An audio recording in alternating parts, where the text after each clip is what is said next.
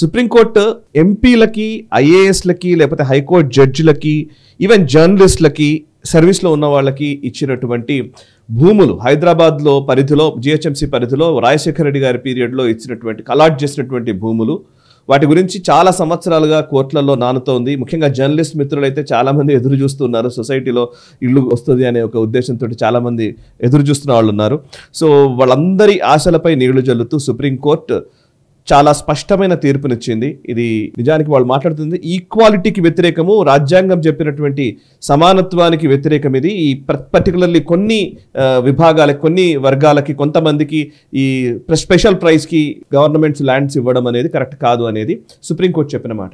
దీని మీద మీ అభిప్రాయం ఏంటి, మీ విశ్లేషణ ఏంటి? అసలు ఏం చెప్పింది సుప్రీంకోర్టు, చెప్పండి. అసలు సుప్రీంకోర్టు చాలా క్లియర్గా యూజ్ చేసిన words arbitrary, capricious and irrational. Correct. మీరు ఒక ఐఏఎస్ ఆఫీసర్కి ఎందుకండి ల్యాండ్ ఇవ్వడం, అది కూడా ₹2-2 స్క్వేర్ యార్డ్కి? మీరు ఎందుకు సివిల్ సర్వీస్ ఆఫీస్కి ఇస్తున్నారు? మీరు ఎందుకు జడ్జిలకి ఇస్తున్నారు? ఎంపీలకి ఎందుకు ఇస్తున్నారండి ల్యాండ్? వాళ్ళకి ఏం ల్యాండ్ కొనడానికి కెపాసిటీ లేదా వాళ్ళ దగ్గర? మీరు గవర్నమెంట్ ల్యాండ్ తీసి వాళ్ళకి ఇస్తున్నారు ఎందుకంటే వాళ్ళకి హ్యాపీ పెట్టుకోవడానికి, వాళ్ళు ఎక్కడ పోకూడదని చెప్పి. జడ్జిలకి ఎందుకు ఇస్తున్నారు? జడ్జిమెంట్ మంచిగా రాస్తే మీకు ఇల్లు ఇచ్చేస్తాం. వాళ్ళ దగ్గర కెపాసిటీ ఉంది కొనడానికి. మీరు ల్యాండ్ ఎవరికి ఇవ్వాలి? The guy does not have a capacity. పేదోళ్ళకి అది ఇవ్వకుండా మీరు ఈ పని చేస్తారు. అదప్ప అంటారు మేము 2 bedroom ఇల్లు ఇస్తున్నాం కదా. ఇస్తున్నారు. అందరికి ఇచ్చారా? ఇవ్వలేదు కదా. ఇక్కడ ఎంతమంది ఉన్నారు పేదోళ్ళు? మన ఉన్న 4, 5, 6 కోట్లు ఉన్నారు ఇప్పుడు. దాన్ని ఎంత ఆల్మోస్ట్ 80% మీ డెఫినేషన్ ప్రకారమే పేదోళ్ళు. వాళ్ళకి అందరికీ ఇల్లు ఇచ్చారా?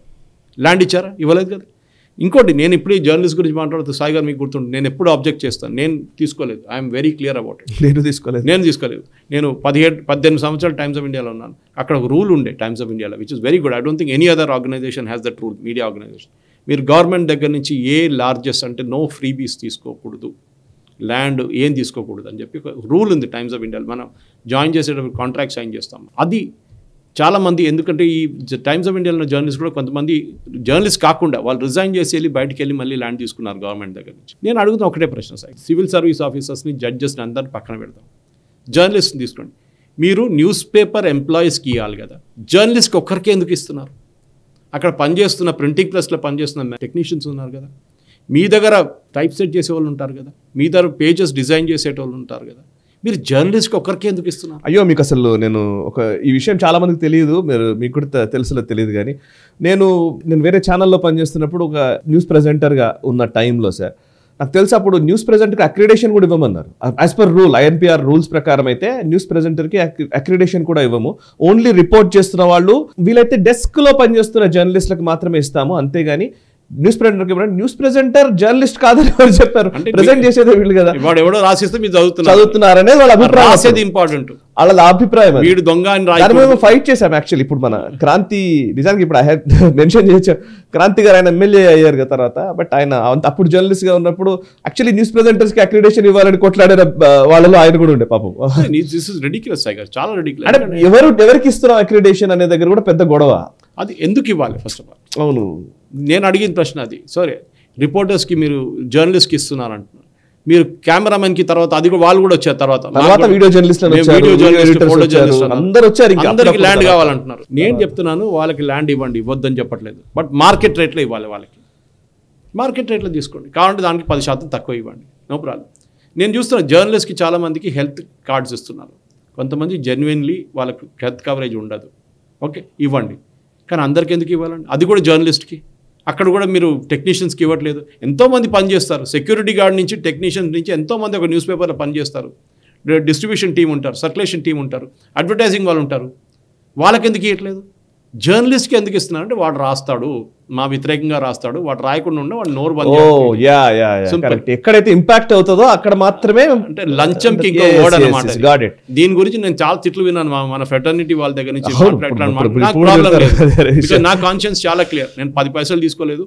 నేను ఉండేది ఒక 2 bedroom ఫ్లాట్లో అంతే. ఇప్పుడు కూడా అల్వాల్లో ఉంటాను. కానీ నేను చూశాను చాలా మట్టు మా పక్కన ఉన్న వాళ్ళు, జర్నలిస్ట్ వాళ్ళ ఫ్రెండ్ అందరూ ఇప్పుడు ఒక జూబ్లీహిల్స్లో కొంతమంది, ఫిలిం నగర్లో కొంతమంది, ఇప్పుడు కోకాపేటలో అవతలందరూ వెళ్ళిపోయారు. మన జర్నలిస్టులు అందరికీ తెలుసు ఒకటి ఏంటంటే, ఒక జర్నలిస్ట్, సరే ఇప్పుడు ఎందుకు చెప్పడం కానీ, భార్యాభర్తలు జర్నలిస్టులు ఇద్దరూ కలిసి 2 ఫ్లాట్లు తీసుకుంటారు, 2 ప్లాట్లు తీసుకుంటారు అనమాట. 2 ఇండ్లు కావాలి మాకు. అవును, మేమిద్దరం లివింగ్ టుగెదర్ అంటారు. ఎందుకు సాయి గారు ఇప్పుడు జర్నలిస్ట్ కాలనీ మీరు వెళ్ళండి, జూబ్లీహిల్స్ కానివ్వండి, ఫిలిం నగర్ కానివ్వండి, ఎక్కడైనా వెళ్ళండి, ఆ ల్యాండ్ మొత్తం ఉన్న ల్యాండ్ అన్నీ అమ్మేసుకున్నారు. అక్కడ ఉన్న బ్యాంకులు, అక్కడ ఉన్న రోడ్ మీద షాపులు అన్నీ వచ్చేసినాయి. ఇప్పుడు నేను చెప్పింది అర్థమైంది కదా సార్ మీకు? అదే భార్యాభర్తలు రెండు వేరు వేరు. I think this is a scam. ఈ స్కామ్ని ఫస్ట్ ఆపాలుండే. అట్లీస్ట్ నౌ సుప్రీంకోర్టు ఇచ్చిన తర్వాత స్టేట్ గవర్నమెంట్ ఇది బంద్ చేస్తుంది అనుకుంటాను. ఇది అన్ని స్టేట్స్కి అప్లై అవుతుంది. ఒకటే హైదరాబాద్, ఇది మన ఈయన ఉన్నప్పుడు, అఖిలేష్ యాదవ్ ఉన్నప్పుడు ఫ్లాట్లు ఇచ్చాడు, ల్యాండ్లు ఇచ్చాడు, అన్నీ చేశాడు. వాళ్ళ లెఫ్టిస్ట్ కంబైన్ అందరికి ఇచ్చేస్తారు. అది ఓకే. ఇప్పుడు ఆల్రెడీ అలాట్ చేసిన వాళ్ళే ఏం ఉండదు. అది చూడాలి సాగర్. నేను డీటెయిల్గా జడ్జ్మెంట్ చదవలేదు. జడ్జ్మెంట్ ఎఫెక్ట్ అది రిట్రోస్పెక్ట్. కానీ రాజశేఖర్ రెడ్డి గారు ఇష్యూ చేస్తుంది అని క్వాష్ చేసి. ఇందులో ఒక్క విషయం మరి యాక్చువల్లీ ఇది మెన్షన్ చేయకుండా కూడా చేయలేము. ఎందుకంటే చాలా మంది నిజంగా పేద జర్నలిస్టులు చాలా వాళ్ళకి ఇవ్వాలి సాగర్. పాపం వాళ్ళందరూ ఎదురు చూస్తున్నారు. తన జీవితంలో ఏం సంపాదించలేదు సార్. వాళ్ళు సంపాదించుకునేది నా జీవితంలో మా పిల్లలకు చెప్పాలనుకునేది ఇది ఒకటే ఇల్లేమో అని అనుకుంటున్న వాళ్ళు నాకు తెలిసిన వాళ్ళు చాలా మంది ఉన్నారు. బట్ ఐపీటీ వాళ్లకు ఏం చెప్పాలో తెలియట్లేదు. 20,000 రూపాయలు జీతం ఉన్నప్పుడు ఇదే టైమ్స్ ఆఫ్ ఇండియాలో నేను ఫ్లాట్ తీసుకున్నాను అల్వాలో 2003. అప్పుడు 6 లక్షలు ఆ ఫ్లాట్కి ఈఎంఐ కట్టి. నాకు తెలుసు కష్టం, ఆ కష్టం అందరికీ తెలుసు. కానీ మనం అదే టైంలో మన కాన్షియన్స్ అమ్మేసుకొని గవర్నమెంట్ దగ్గర నుంచి ల్యాండ్ తీసుకోవడం చాలా ఈజీగా ఉంటుంది. తీసుకున్నవాడు విపరీతంగా తీసుకుంటున్నాడు, అసలు లేనివాడు నిజంగానే లేకుండా ఉంటున్నాడు. అది మాత్రం నిజం. నేను చెప్తున్నా, ఐఎన్పిఆర్లో పనిచేసిన వాళ్ళు కూడా ల్యాండ్ వచ్చింది సాయి గారు. గవర్నమెంట్ డిపార్ట్మెంట్ వాడు మొదలు జర్నలిస్ట్ పేరు పెట్టుకుని ల్యాండ్ తీసుకున్నాడు, మళ్ళీ ఐఎన్పిఆర్కి వచ్చేసాడు. కరెక్ట్. చాలా మంది చేశారు. This is a scam. Supreme court clearly చెప్పారు దట్ ఆర్బిటరీ. మీరు సుప్రీంకోర్టు జడ్జెస్కి ఏంటి, హైకోర్టు జడ్జెస్కి ల్యాండ్ ఇవ్వడం ఏంటి, మీరు ఎందుకు ఈ ప్రివిలేజ్ సెక్షన్స్ వీళ్ళు ప్రివిలేజ్ సెక్షన్స్కి ఎందుకు మీరు ఇస్తున్నారని చెప్పి. ఈజ్ వెల్ ఆఫ్ పీపుల్, వీళ్ళ దగ్గర డబ్బులు ఉంది. మీరు చెప్పినట్టు పేద జర్నలిస్ట్ ఉంటారు, లేదని చెప్పట్లేదు. అందరికి ఇవ్వండి. న్యూస్ పేపర్లో ఉన్న ప్రతి వ్యక్తికి ఇవ్వండి. సెక్యూరిటీ గార్డ్ నుంచి మిషన్ వర్క్ చేస్తున్న అందరికి ఇవ్వండి. ప్రింటింగ్ ప్రెస్లో మీరు జర్నలిస్ట్కి ఒకరికి ఎందుకు ఇస్తున్నారు? వాళ్ళు కూడా పేదోలే కదా పనిచేస్తున్నాడు. వాళ్ళకి జీతంకి వీళ్ళకన్నా తక్కువ జీతం వస్తుంది. ఈ టెక్నీషియన్స్కి, ఆ ప్రింటింగ్ ప్రెస్లో పనిచేసే వాళ్ళకి లేదు. So you are creating an elite class just to bribe them. లంచం ఇచ్చి తీసుకుంటున్నారు వాళ్ళు, నోరు మూసుకుంటున్నారు వాళ్ళు. మీరు నోరు మూపిస్తున్నారు వాళ్ళది. మీరు ఏం మాట్లాడకండి, మీ ల్యాండ్ ఇచ్చాం మీకు, ఇంకా ఏ రాయకండి మా వ్యతిరేకంగా అని చెప్పి. ఇది రాజశేఖర రెడ్డి గారు చేసిన పని. దానికన్నా ముందు కూడా చాలా ముఖ్యమంత్రులు చేశారు. దీని గురించి సమగ్రంగా ఒక ఎంక్వైరీ ఉండాల్సింది. సుప్రీంకోర్టు కూడా ఆర్డర్ చేయాల్సింది. ఎవరెవరి దగ్గర ల్యాండ్ ఉంది, ఇప్పుడు ఎంతమంది అమ్మేసుకున్నారు, ఎంత స్కామ్ జరిగిందని చెప్పి. దాని మీద కూడా చాలా కేసులు వచ్చినాయి. మీకు తెలుసు, అలాట్మెంట్లో కూడా చాలా అవకతవకలు జరిగినాయి. సో డెఫినెట్గా దీని గురించి ఒక complete enquiry should be done by a CBI or some organization like that. ఈ వీడియో మీకు నచ్చినట్టయితే లైక్ చేయండి, 10 మందికి షేర్ చేయండి. అలాగే కామెంట్ల రూపంలో మీ అభిప్రాయాలను మాతో పంచుకోండి. Nationalist hub group of channels ను సబ్స్క్రైబ్ చేసుకుని తెలుగునాట జాతీయవాద జర్నలిజాన్ని ప్రోత్సహించండి. ఈ వీడియో కింద ఉన్న బెల్ ఐకాన్ పై క్లిక్ చేయడం మర్చిపోవద్దు.